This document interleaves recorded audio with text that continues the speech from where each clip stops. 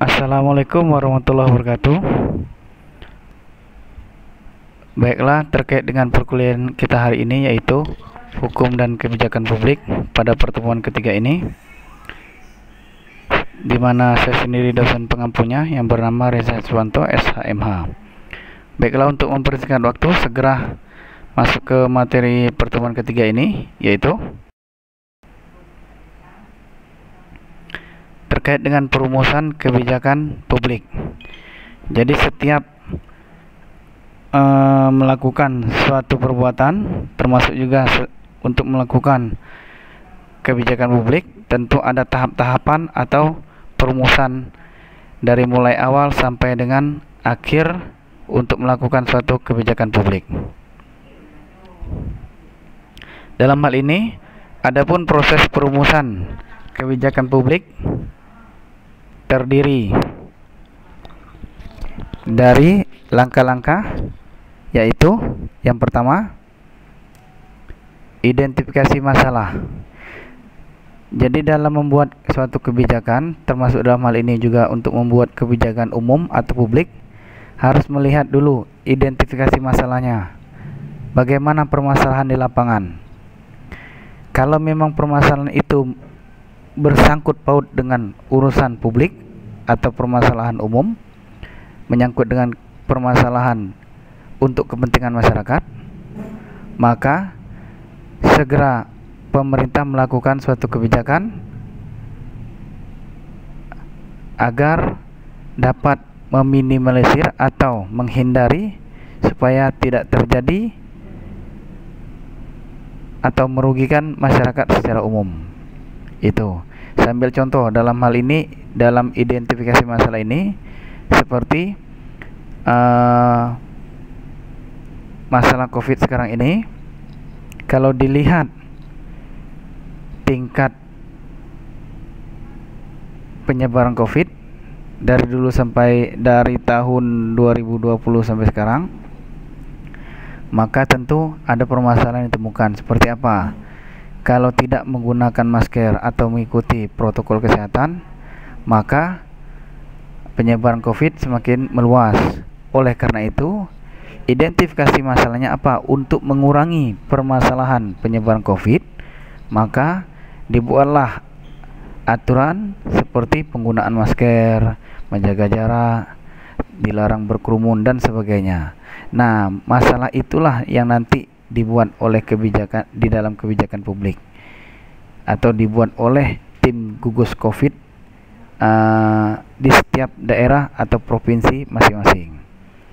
Kemudian untuk yang keduanya, setelah mendapat atau melihat permasalahan di lapangan, kemudian melakukan formulasi kebijakan atau merancang bagaimana kebijakan yang akan datang, berupa langkah-langkah yang dilakukan setelah pemilihan alternatif. Jadi setelah melihat bagaimana permasalahan terkait dengan penyebaran COVID-19 ini, makanya untuk mencegah atau mengantisipasi supaya jangan ada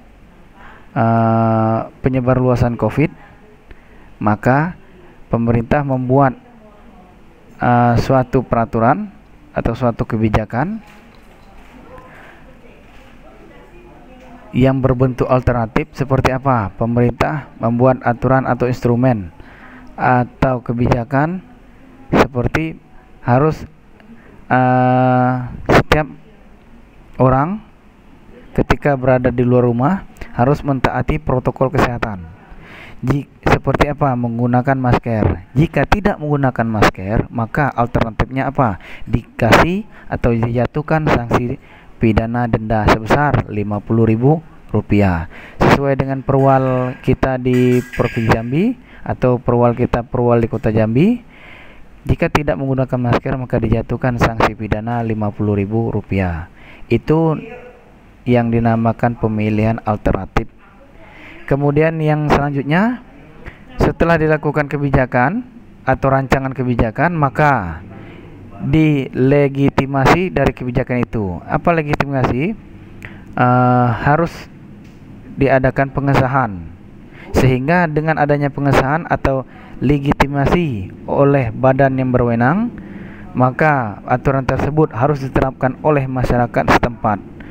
Termasuk dalam hal ini saya ambil contoh seperti masyarakat yang ada di Provinsi Jambi harus taat, atau masyarakat yang di Kota Jambi harus taat terkait dengan perwal yang telah dikeluarkan.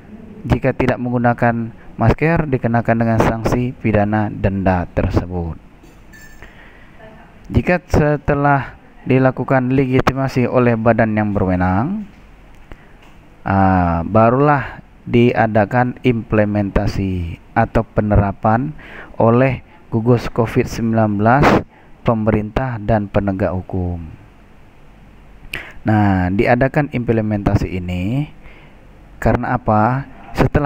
Setelah dilakukan atau dibentuk atau dibuat kebijakan itu, kemudian disahkan, jika tidak diterapkan atau diimplementasikan di lapangan, maka percuma saja aturan atau instrumen atau kebijakan itu dibuat.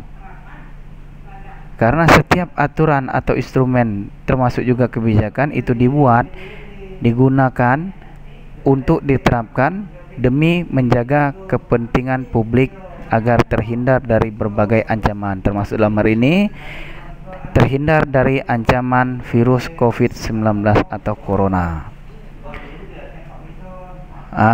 Setelah mengadakan implementasi atau melihat bagaimana penerapan di lapangan, barulah biasanya dilakukan evaluasi. Siapa melakukan? Baik itu pemerintah maupun aparat penegak hukum maupun gugus COVID-19, dan praktisi-praktisi hukum bisa juga melakukan evaluasi. Seperti apa? Dalam hal ini kita dapat mengevaluasi atau melihat bagaimana aturan atau perwal yang telah dibuat oleh Pak Wali Kota itu, apakah sudah diterapkan atau belum terkait dengan penggunaan masker. Kalau memang banyak yang tidak menggunakan masker kemudian aturan itu tidak diterapkan, maka implementasinya terjadi atau implementasinya sedang bermasalah. Di mana permasalahannya di implementasinya? Dapat dilihat misalnya seperti belum ditegakkan oleh aparat penegak hukum terkait dengan sanksi pidana dendanya, atau oleh pemerintah belum ada kerjasama dengan penegak hukum dalam melakukan seperti razia atau sebagainya. Termasuk juga di pihak atau di tim gugus COVID juga belum ada kerjasama oleh pemerintah Kota Jambi dan penegak hukum yang ada di Kota Jambi. Dengan melihat evaluasi ini, kita dapat mengetahui di mana kebijakan tersebut mengalami kendala-kendala.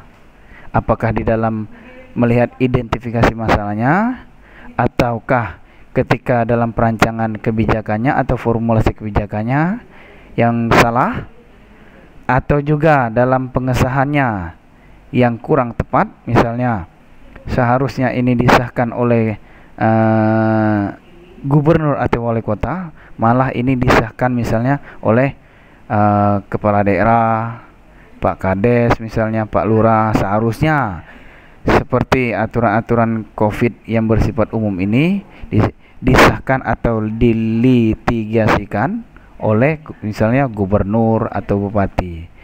Nah, hal-hal seperti itulah dilihat dievaluasi. Jika ketiga hal itu dari identifikasi, formulasi sampai legitimasi benar, baru dilihat berarti di mana permasalahannya. Jika terjadi lagi banyak masyarakat Kota Jambi tidak menggunakan masker, di mana lihat lagi di implementasinya. Biasanya suatu kebijakan atau kebijakan publik itu tidak diterapkan atau lambat diterapkan terletak pada implementasinya. Di mana implementasinya? Baik dilihat dari pemerintah, kemudian kalau dalam hal ini COVID dilihat dari tim gugus COVID-nya bergerak atau tidak melakukan razia, termasuk juga oleh aparat penegak hukumnya sudah dijalankan atau tidak aturan hukum tersebut. Nah, itulah tadi terkait dengan perumusan kebijakan publik, ada 5 macam itu. Saya harap materi yang saya sampaikan saudara pahami. Dan kalau memang ada pertanyaan-pertanyaan, silahkan saja bertanya di grup WA yang telah kita buat.